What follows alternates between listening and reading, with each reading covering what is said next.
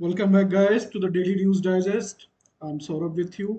आप सभी का तैयारी 360 आईएएस के प्लेटफॉर्म पे बहुत बहुत स्वागत है। For today's daily news digest that is 15th of April, हमारे आज के टॉपिक्स हैं demographic transition in Asia, cyber crime. ये दो टॉपिक्स हम मेंस पर्सपेक्टिव से डिस्कस करेंगे, एनालाइज करेंगे। इसके बाद है Israel Israel conflict, dedicated freight corridor and the unknown gunman in Pakistan that will be discussed from prelims point of view. That doesn't mean कि ये आपके मेंस के लिए इंपॉर्टेंट नहीं है। इसका सिंपल सा मतलब है कि जो स्कोप है डिस्कशन का वो लिमिटेड होगा। Now let just jump into our class.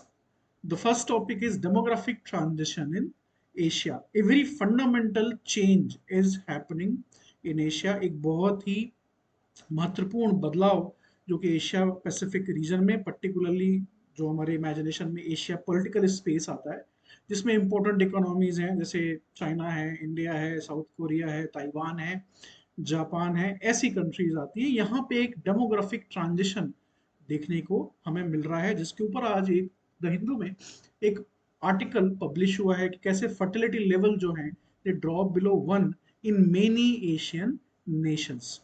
तो कंट्रीज जैसे चाइना है, साउथ कोरिया है, ताइवान है, इन एरियाज में हम देख रहे हैं कि कैसे जो फर्टिलिटी रेट्स हैं वो 1 से नीचे आ गई हैं।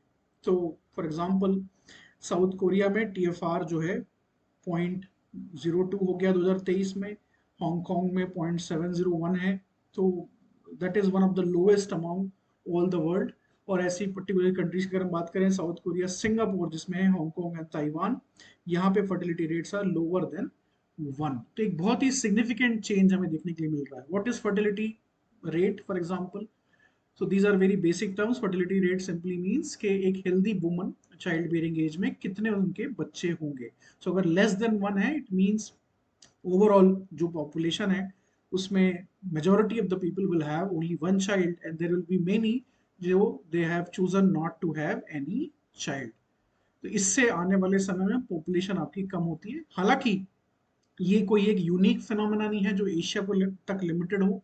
ये एक थ्योरी है डेमोग्राफिक ट्रांजिशन की, which is very important and I will want you to focus on that particularly. तो इसके ऊपर हमें ध्यान देना है इंपॉर्टेंटली। तो ये आर्टिकल बहुत ही टाइमली आया हुआ है और इसके ऊपर ध्यान से you will have to prepare notes as well. Now what is happening exactly and why it is happening, we will look into it. पर पहले हम देखते हैं ग्लोबल पॉपुलेशन साइज। तो वर्ल्ड पॉपुलेशन अराउंड 1804 में 1 बिलियन तक उसका नंबर गया था। That is after thousands and thousands of years of human evolution।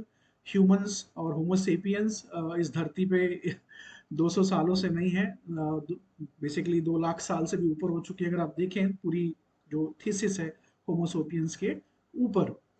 लेकिन 1804 एक क्रूशल ईयर है जब हमारी पॉपुलेशन दुनिया की 1 बिलियन यानी 100 करोड़ पहुंचती है।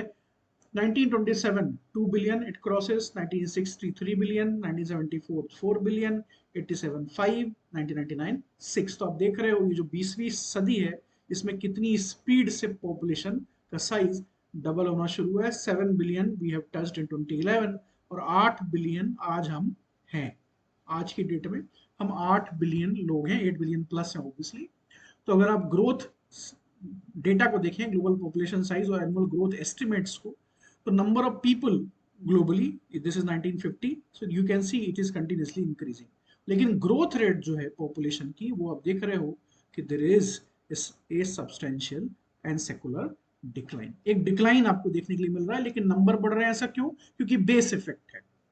अब अगर 8 बिलियन पॉपुलेशन है और ग्रोथ रेट अगर 1.58% है, तो भाई ग्रोथ रेट पहले 3% होती थी, 4% होती थी 1920s में, लेकिन अब 2% होती थी अगर, लेकिन घट के अब अगर 1.0 से नीचे आ रही है, तो बेस इफेक्ट का बहुत बड़ा फर्क है। जब 1950 में ये नंबर 1.5 या यहाँ पे पीक किया 2.3 2.4, देन 1970 में आपकी पॉपुलेशन कितनी थी? 4 बिलियन थी। आज आपकी पॉपुलेशन 8 बिलियन है। तो ये बेसिक इफेक्ट होता है, बेसिक मैथमेटिकल इशू है। लेकिन number of people are increasing simply. This is the fact which you have to keep in mind.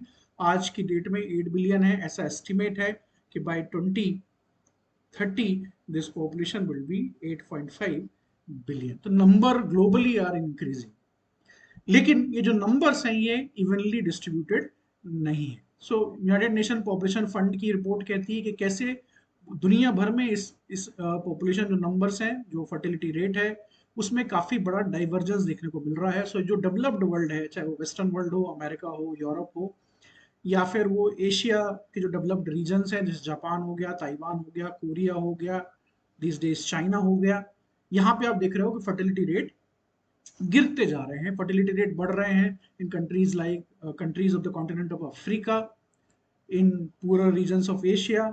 यहाँ पे आपको फर्टिलिटी रेट देखने को तेजी से बढ़ते हुए देखने को मिल रहा है। सो एज आई सेड कि चाइना और बाकी जो एशियन कंट्रीज में जो हो रहा है वो पहली बार नहीं हुआ। इसके पीछे एक पॉपुलर थ्योरी है जिसे हम बोलते हैं demographic transition theory. It's a generalized description of the changing pattern of mortality, fertility and growth rates as societies move from demographic regime one regime to another। ये जो वर्ड है पहली बार अमेरिकन डेमोग्राफर फ्रैंक वी नोटिस्टेन ने coin किया था। उसके बाद इसको बहुत सारे लोग आगे लेके गए हैं, लेकिन नाम सबसे पहले अमेरिकन डेमोग्राफर फ्रैंक वी नोटिस्टेन का ही आता है। ये थ्योरी कहती क्या है? ये कहती है कि जो आपके नंबर्स हैं, जो डेमोग्राफी है बेसिकली, जो number of people, the age group, the sex, ये सारी जो चीजें हैं जो डेमोग्राफिक पूरे एक वर्ड इनकम्पास करता है, जिसको उसमें एक ट्रांजिशन होता है depending on the level of industrialization of your economy and society. और बेसिकली पर कैपिटा इनकम से भी लोग इसको जोड़ते हैं। ओवरऑल जो वेल्थ क्रिएशन है या वेल्थ होना एक सोसाइटी के अंदर, उसमें लोग इसको जोड़ते हैं। तो अगर हम पहला स्टेज देखें जो प्री ट्रांजिशन स्टेज है, इसको आप एग्रीगेरियन स्टेज भी कह सकते हो, जब खेती बाड़ी मुख्य संसाधन है किसी भी समाज का आजीविका लेने के लिए। तो characterize by high birth rate, यहाँ बर्थ रेट बहुत हाई होती है। हम सब ने अपने ग्रैंड पेरेंट्स से सुन रखा है कि कैसे पहले 8 या 9 बच्चे हुआ करते थे उनके पेरेंट्स के या उनके भी। तो बर्थ रेट काफी हाई होते हैं एग्रीगेरियन सोसाइटीज में, इंटरनेशनल सोसाइटी में। और लेकिन साथ ही साथ डेथ रेट भी काफी ज्यादा हाई होते हैं, हालांकि ये फ्लक्चुएटिंग भी होते हैं, लेकिन जनरली काफी हाई होते हैं। क्यों? क्योंकि lack of proper medical facilities होती हैं। Most of the deaths during child birth होती थी इस तरीके की। फेमाइन हो रहा है, काफी सीरियस वॉर्स हो रही हैं, दोनों वर्ल्ड वॉर हुई फॉर एग्जांपल। इस तरह से ये चेक्स एंड बैलेंसेस का काम भी पॉपुलेशन पे करा करता था। तो आप ये देख सकते हो पहले स्टेज में दोनों बर्थ रेट और आपकी डेथ रेट दोनों काफी हाई है पर 1000%। Now stage 2 is early transition stage. इसको आप अर्बनाइजेशन स्टेज भी, अर्बनाइजिंग स्टेज भी कह सकते हो।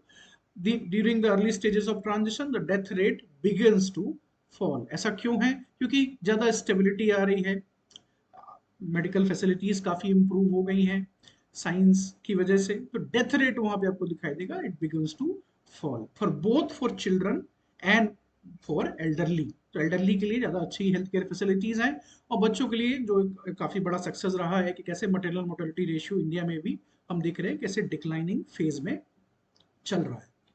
बर्थ रेट जरूर हाई रहेगी, तो पॉपुलेशन जो है, बर्थ रेट हाई है लेकिन डेथ रेट काफी कम हो गई है, तो population will start to grow rapidly. आप स्टेज 2 में देख सकते हो कि डेथ रेट काफी नीचे गई है और बर्थ रेट ऑलमोस्ट उतनी ही है। तो पॉपुलेशन आपका जो साइज है इस स्टेज में तेजी से बढ़ गया है।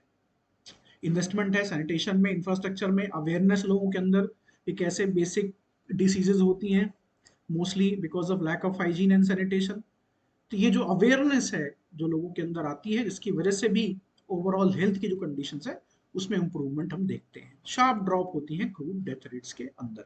साफ पानी पीना चाहिए, न्यूट्रिशियस खाना कैसे खाना चाहिए, अवेयरनेस जो है ये काफी ज्यादा बिल्डअप होती है। तीसरा स्टेज जो है ये इंडस्ट्रियल स्टेज है, इकोनॉमी अब इंडस्ट्रियलाइज हो गई है, तो birth rates will start to decline and death rate is also declining. So you can see death rate are already declining, stage 2 में भी डिक्लाइन हो रही थी, अब स्टेज 3 में भी डिक्लाइन होगी। लेकिन बर्थ रेट जो कि स्टेज 2 में ऑलमोस्ट कांस्टेंट थी, अब आपको डिक्लाइन होती दिखेगी। चौथा स्टेज पोस्ट ट्रांजिशन स्टेज है, जिसे आप पोस्ट इंडस्ट्रियल फेज भी कह सकते हो। यहाँ पे लो बर्थ होंगी और लो डेथ रेट होंगी, लेकिन पॉपुलेशन ग्रोथ इज नेग्लिजिबल और एवर एंटर से डिक्लाइन। सो इसमें हमें एक चीज का ध्यान रखना है कि migration numbers are not taking into account, क्योंकि किसी देश की इंडिया के लिए एप्लीकेबल नहीं है आउटबाउंड माइग्रेशन, जो इमिग्रेंट्स आते हैं इंडिया में काफ़ी कम है, लेकिन अगर आप देखो कंट्रीज जहाँ बहुत ही सिग्निफिकेंट पॉपुलेशन है माइग्रेंट्स की, जैसे अमेरिका है, वहाँ पे आप इस फैक्टर को भी काउंट करोगे, that also has a important role in to well it place to transition.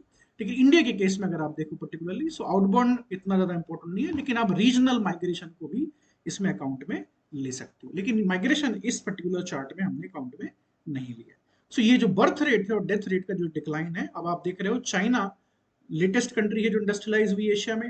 अगर आप इंपॉर्टेंट एशियन इकोनॉमीज की बात करें तो Japan was the first Asian economy to industrialize. उसके बाद जो आसपास के नेबर्स हैं उनके, चाहे वो ताइवान हो, चाहे हांगकांग हो, चाहे वो सिंगापुर हो, चाहे वो कोरिया हो, दे letter industrialised. China is the latest एंट्रेंट, और हम देख रहे हैं कि कैसे बर्थ रेट और डेथ रेट दोनों वहां पे डिक्लाइन हो रही है।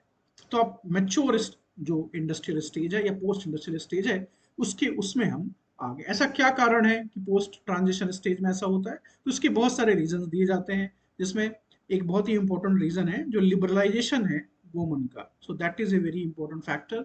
Woman are far more interested now in career building, in earning money, making their name in society, pursuing careers which were forbidden to them previously. तो जो ग्लास सीलिंग है वो टूट रही है, तो डिफरेंट डिफरेंट प्रोफेशंस में वो महिलाएं आगे बढ़ रही हैं। तो जो चाइल्ड बेयरिंग एक तरह से जो एक एलिमेंट कोर हुआ करता था एक महिला के जीवन में, अब वो कोर नहीं रह गया। दूसरा, जॉब रिलेटेड प्रोस्पेक्ट भी है पर्टिकुलरली प्राइवेट सेक्टर में, तो that is seen in a negative sense also because there are job losses because of that, जो प्रेगनेंसी है उसकी वजह से। दूसरा रीजन बहुत बड़ा, लेट मैरिजेस भी हैं, people are far more interested in building careers, studying, earning money, travelling the world. ये जो आइडियाज हैं, जो इंडिविजुअलिज्म, कंज्यूमरिज्म, जो एक मॉडर्निटी का जो कंसेप्ट है, वो भी यहाँ पे काफी इंपॉर्टेंट हो जाता है, बहुत ही इंपॉर्टेंट हो जाता है वो एक तरीके से। और जो इंडिविजुअल फिलोसफी है लोगों की, that also goes through changes. इसके वजह से हम देखते हैं कि बर्थ रेट और डेथ, पर्टिकुलरली बर्थ रेट जो है काफी कम हो रही है। चाइना के केस में one thing you have to keep in mind is that China में फोर्सफुली वन चाइल्ड पॉलिसी लाई गई थी। तो फोर्सफुली जो टोटल फर्टिलिटी रेट थी चाइना में 6.51 1968 में, तो 1.16 2021 में आ गई, क्योंकि चाइना में कम्युनिस्ट स्टेट है, टोटलिटेरियन स्टेट है, डिक्टेटरशिप है। So there it is possible in India also during emergency it was tried, the infamous Sanjay Gandhi साहब, उनके साथ ये इशू जुड़ा हुआ है कि कैसे फोर्सफुल स्टरलाइजेशन इंडिया में किया गया था, but it was unsuccessful. Emergency itself was draconian, वो हटती है इमरजेंसी, उसके बाद से ऐसा फोर्सफुल अटेम्प्ट सत्ता की तरफ से नहीं किया जाता। लेकिन बाकी कंट्रीज में अगर आप देखें, south Korea, Japan, this is very organic. ये जो नंबर्स गिर रहे हैं, ये बेसिकली ट्रांजिशन जो थ्योरी है उसको सपोर्ट करते हैं।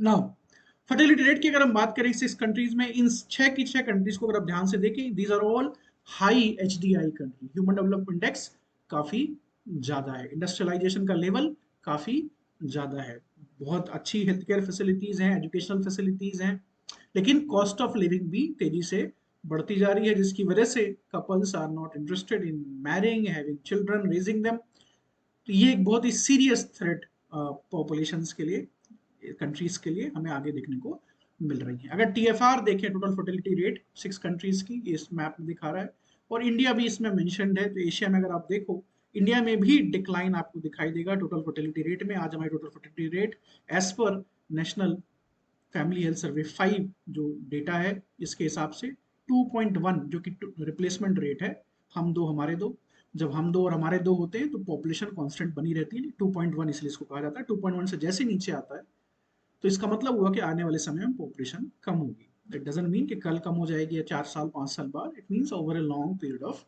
टाइम। तो आप देख सकते हो स्पेन, इटली, यूक्रेन, फिनलैंड, यहाँ पे भी आपको दिखाई देगा, because these are also developed countries. India के बारे में हम स्पेसिफिकली बात करेंगे, दैट इज इंपॉर्टेंट फॉर अस।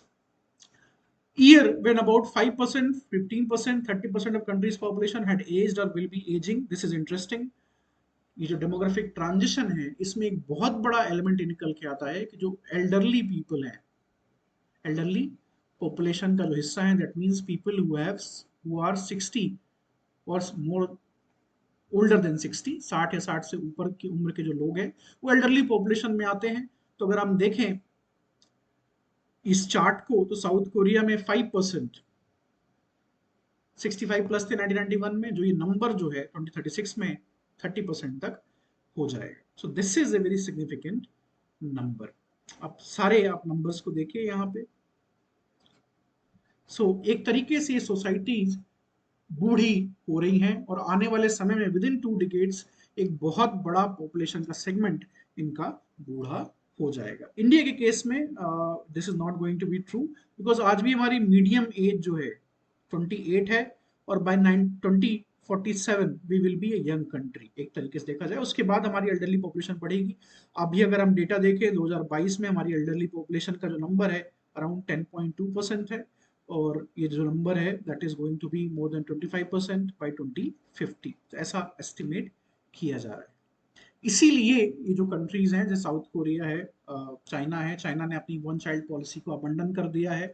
अब वो फोकस कर रहे हैं, क्यों ऐसा क्यों कर रहे हैं वो, क्योंकि एल्डरली पॉपुलेशन का नंबर तेजी से बढ़ेगा, आपकी जो सोसाइटी है वो एज्ड हो जाएगी, उसकी अलग से रिक्वायरमेंट्स होंगी, हेल्थ केयर जो फैसिलिटीज चाहिए होगी बूढ़े लोगों के लिए, उनके लिए एम्प्लॉयमेंट प्रोस्पेक्ट जो चाहिए होगा, जो इमोशनल सपोर्ट होने चाहिए होगा। तो इसे हम एक कंसेप्ट के तौर पे बोलते हैं age dependency, old age dependency ratio उसको बोला जाता है, ओल्ड एज डिपेंडेंसी रेशियो। तो इसका मतलब क्या हुआ कि कितने आपकी पॉपुलेशन में 60 या 60 प्लस है पर 100 younger people, that is 15 to 59 year जो बास्केट में जो लोग हैं।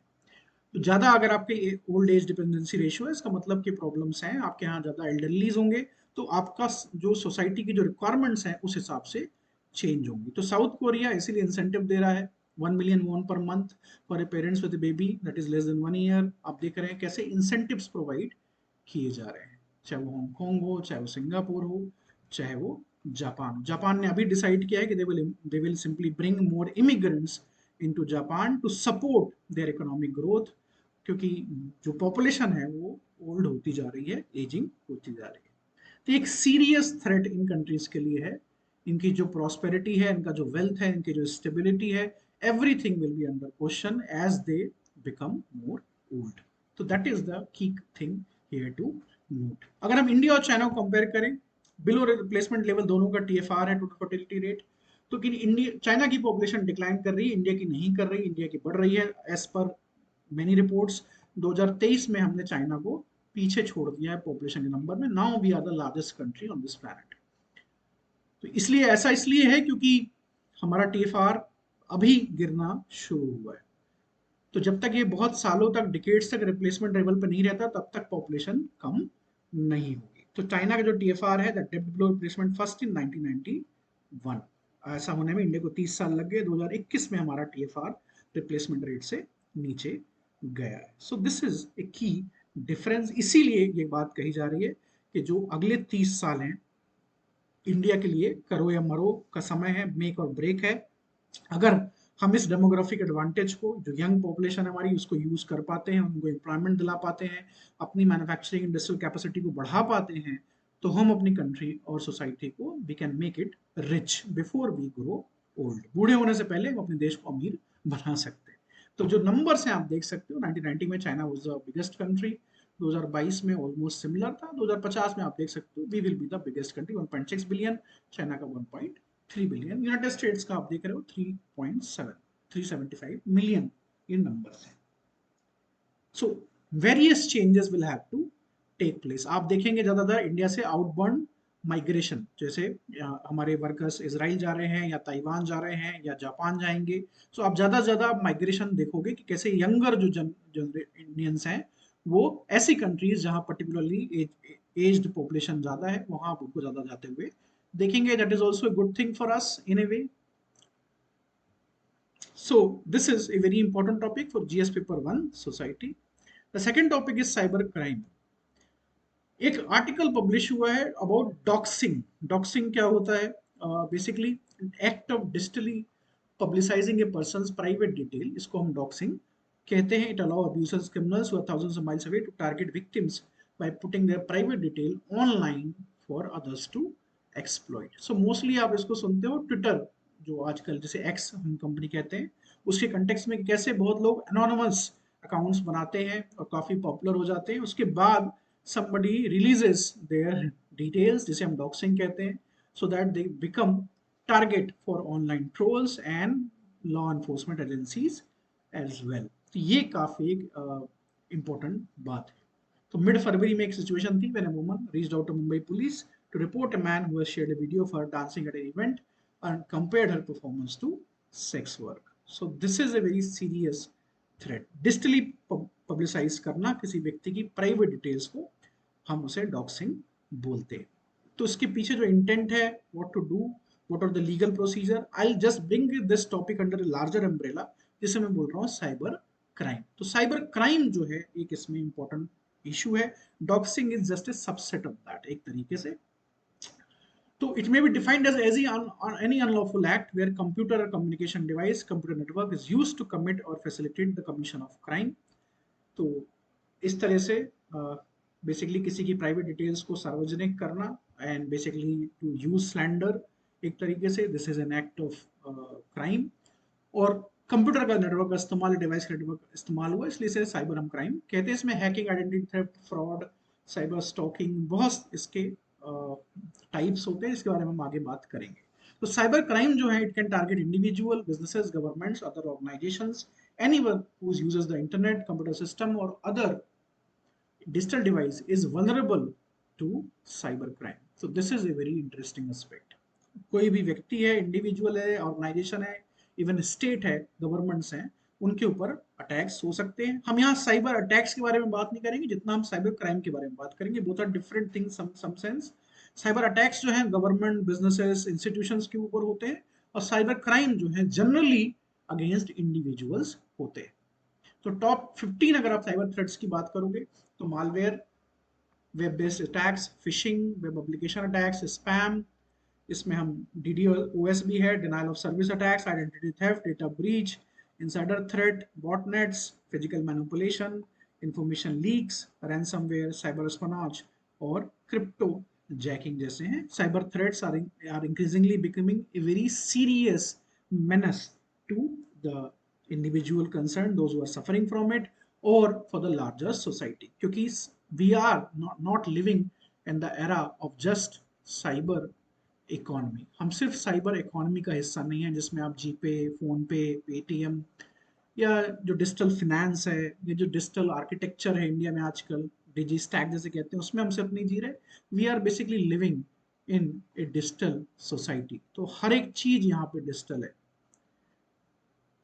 जो भी आप items, goods and services purchase कर रहे हो किसी भी ऐप के थ्रू, अपने मोबाइल, अपने लैपटॉप, अपने आईपैड के through for example, so that the moment you do it you becomes a part of digital society. जैसे ही आप अपना पेमेंट करने के लिए फोन पे निकालते हैं, you are part of digital society. So we are searching for life partners digitally. हम शादी भी कर रहे हैं शादी.com के थ्रू, हम सामान भी खरीद रहे हैं अमेजोन और फ्लिपकार्ट के थ्रू, कपड़े खरीद रहे हैं मिंत्रा, इस तरह के जो बहुत सारे ऐप्स आते हैं. So all and all friendship भी कर रहे हैं फेसबुक के थ्रू, अपने न्यूज जो इन्फॉर्मेशन है वो निकाल रहे हैं ट्विटर और अदर डिजिटल साइट्स के through. So we are part of a digital society, we are a digital society. So जो क्राइम्स हैं उनका नेचर भी काफी चेंज हो गया है. ये जो 15 थ्रेट्स हैं, that's why they assumes greater importance. क्यों रीजंस हैं, क्या रीजंस हैं साइबर क्राइम बढ़ने के? तो एनसीआरबी का डेटा है, नेशनल क्राइम रिकॉर्ड ब्यूरो, इनका डेटा एक्सप्लिसिटली कह रहा है कि पिछले 10 सालों में जो ग्रोथ है साइबर क्राइम्स के नंबर्स में, वो मेनी फोल्ड है. तो रीजंस क्या है? फाइनेंशियल गेन होता है लोगों को, क्रेडिट कार्ड नंबर चुरा लेते हैं, बैंक अकाउंट नंबर चोरी हो जाते हैं, इसकी वजह से उनको काफी फायदा होता है. एस्पेनॉ जो किया जाता है, कॉन्फिडेंशियल इंफॉर्मेशन है, इस तरह से चीजें कंपटीटिव एडवांटेज के लिए निकाली जाती हैं. पॉलिटिकल आइडियोलॉजिकल मोटिव्स होते हैं लोगों के, जैसे डॉक्सिंग है for example. So there are people who are engaged in serious political work using anonymous IDs. तो इसमें जब आप डॉक्स करते हो उनको, तो उनकी इंफॉर्मेशन सारी बाहर आ जाती है. इसके पीछे पॉलिटिकल मोटिव्स भी होते हैं.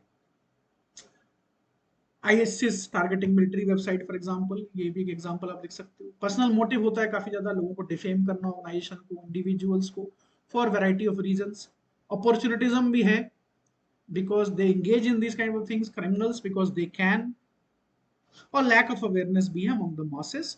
सो डिजिटल इलिटरेसी कह लीजिए उसको, डिजिटल इग्नोरेंस कह लीजिए, इसकी वजह से साइबर फ्रॉड्स काफी ज्यादा होते हैं.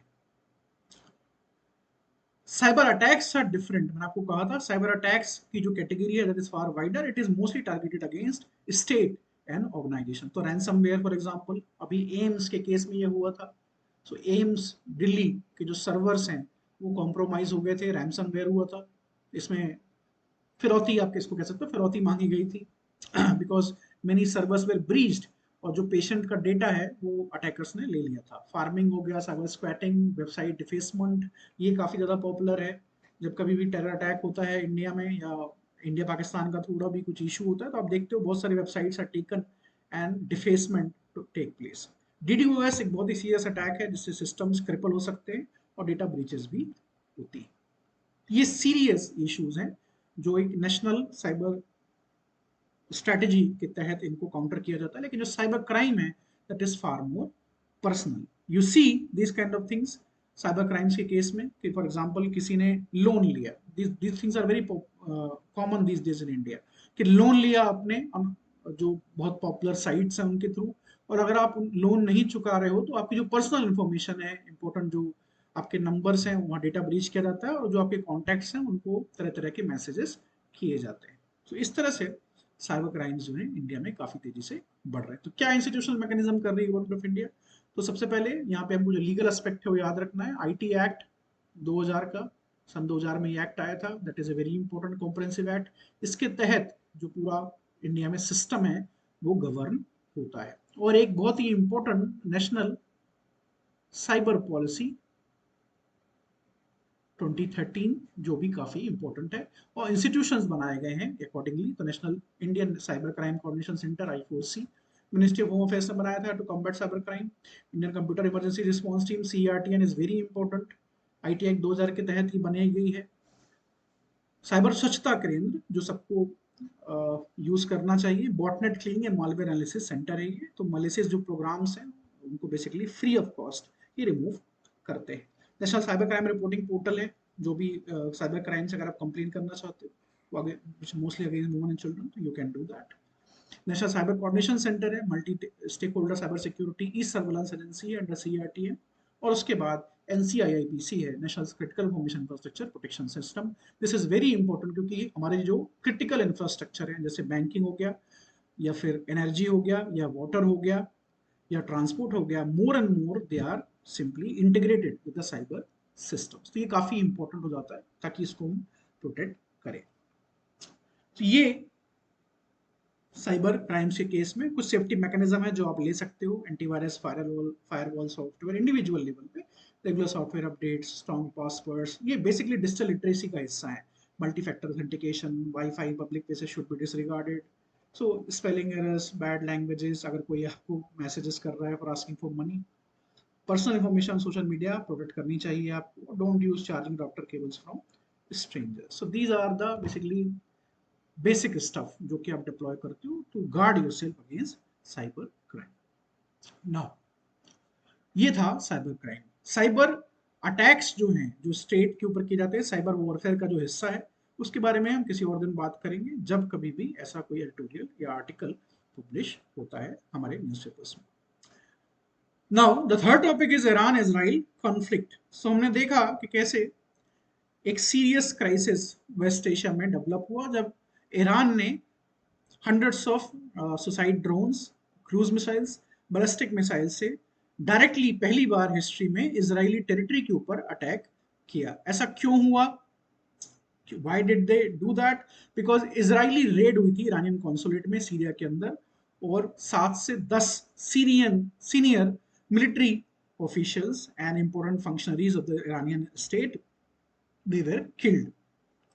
तो इसराइल ने सीरिया के अंदर ईरानी एम्बेसी को अटैक किया, which is completely against the Geneva convention और is an act of war एक तरीके से। तो इसके रिस्पॉन्स में ईरान ने ये जो जवाब दिया है जिसमें 300 drones missiles, not just from Iran but from their proxies, उनके जो प्रॉक्सीज इराक में है, यमन में है, उन्होंने भी अटैक्स किए हैं। ये एक सीरियस क्राइसिस डेवलप हुआ है वेस्ट एशिया के अंदर।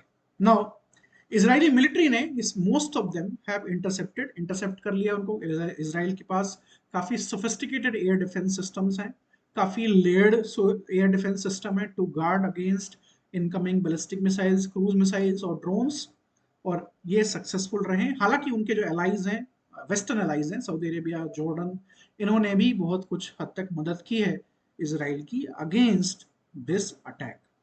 तो ये एक इम्पोर्टेंट डेवलपमेंट है जो कि वेस्ट एशिया में हुआ है।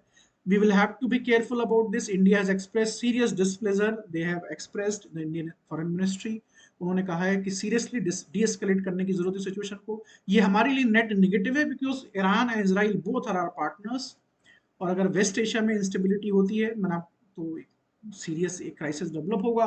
हमारी एनर्जी सिक्योरिटी, हमारी जो पॉपुलेशन है 9 मिलियन 90 लाख के आसपास जो कि वेस्ट एशिया रीजन में रहती है, उनके लिए भी काफी सीरियस थ्रेट हो जाएगा। रेड सी के थ्रू जो ट्रेड हो रही है उस पर प्रॉब्लम्स क्रिएट होंगी, और वैसे ही दुनिया में एक सीरियस वॉर जो कि यूरोप के अंदर रशिया और यूक्रेन के बीच चल रही है, this will be a very net negative अगर ये सीरियसली एस्केलेट होती है।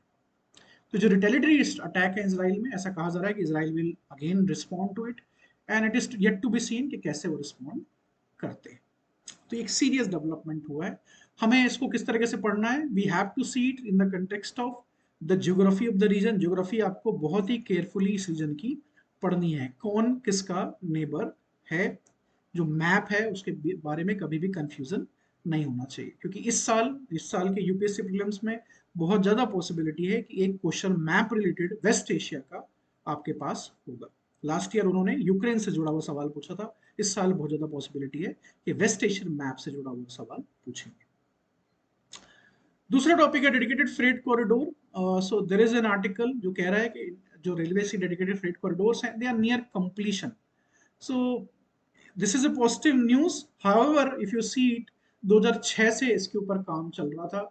हालांकि जो गवर्नमेंट है एनडीए 2 की जो 2014 में आई, इन्होंने इसको स्पीड अप किया है, फिर भी एक डिकेड लग गए इसको ऑपरेशनल करने में। और फुली ये जो डेडिकेटेड फ्रेट कॉरिडोर है, ईस्टर्न और वेस्टर्न दो हिस्सों में बटे हुए हैं, ये फुली कंप्लीट नहीं हुए। और ये चर्चा में इसलिए भी है क्योंकि कुछ दिनों पहले एक रिपोर्ट पब्लिश हुई थी एक रेप्यूटेड न्यूज़पेपर में कि कैसे government of India is not going to open more dedicated freight corridor in rest of the country, क्योंकि ये जो ईस्ट और वेस्ट डेडिकेटेड फ्रेट कॉरिडोर जो कि ऑलरेडी बन गए हैं या नियर कंप्लीशन है, इनका फुली यूटिलाइजेशन नहीं हो पा रहा। ये बहुत ही इंपॉर्टेंट है पर्टिकुलरली हमारे लिए वेस्टर्न डेडिकेटेड फ्रेट कॉरिडोर।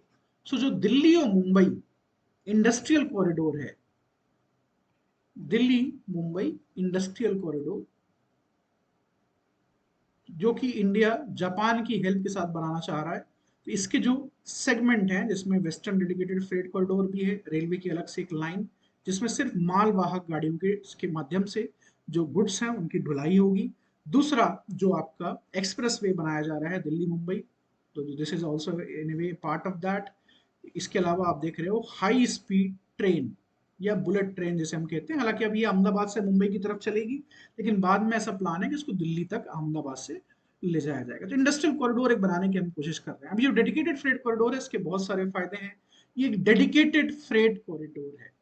पिछले कई डिकेड से बात की जा रही है कि कैसे रेलवेज का जो फ्रेट का जो शेयर है, माल जो ढुलाई रेलवे करती है जिससे उसकी मैक्सिमम इनकम होती है, इसका जो शेयर है वो रोडवेज को रेलवे लूज करती जा रही है, क्योंकि ये जो गाड़ियां हैं, जो ट्रेन थी पहले के समय में बहुत धीमे चला करती थी, और क्योंकि पैसेंजर ट्रेन को रेलवे प्रायोरिटाइज करती है, तो फ्रेट का जो मिक्सअप है ओवरऑल जो रेवेन्यू रेलवे के पास आ रहा था वो कम हो रहा था, और हम रोडवेज की तरफ ज्यादा जा रहे थे। जो माल ढुलाई होती है जो कंपनीज करती हैं, तो फ्रेट को जो मार्केट शेयर है उसका कैसे वापस लिया जाए, इसके लिए भी रेलवेज ने ये प्लान इनिशिएट किया था।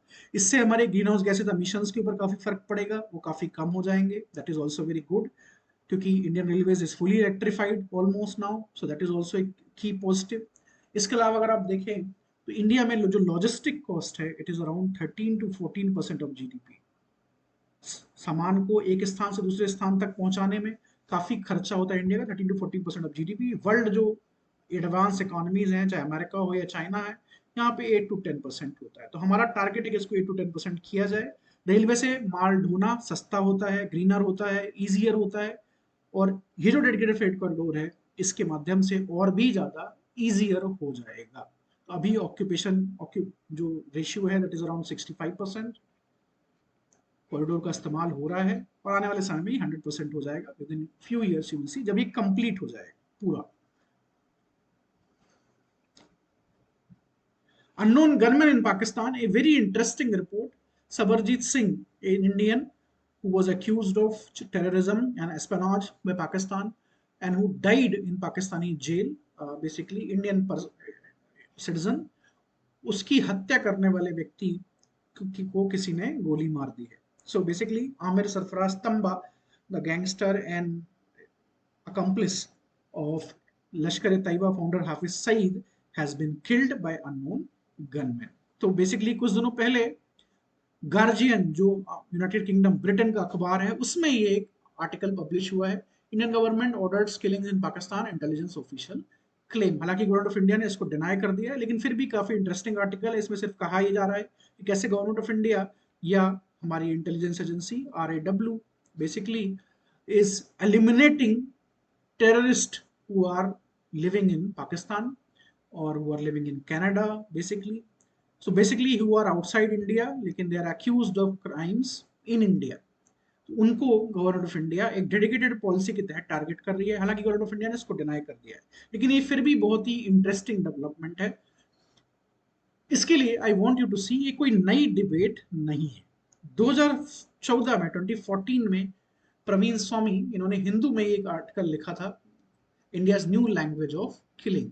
सो prime minister Modi was not prime minister then, वो उस वक्त चुनाव लड़ रहे थे, कैंडिडेट थे। He has suggested he would authorise India's intelligence services to stage cross border strike against terrorist. तो ये बेसिकली उरी में करके दिखाया हमने, बालाकोट में करके दिखाया। 2014 में ये बात चल रही थी और उस वक्त जो प्राइम मिनिस्ट्रियल कैंडिडेट थे नरेंद्र मोदी साहब, उन्होंने ये बात कही थी।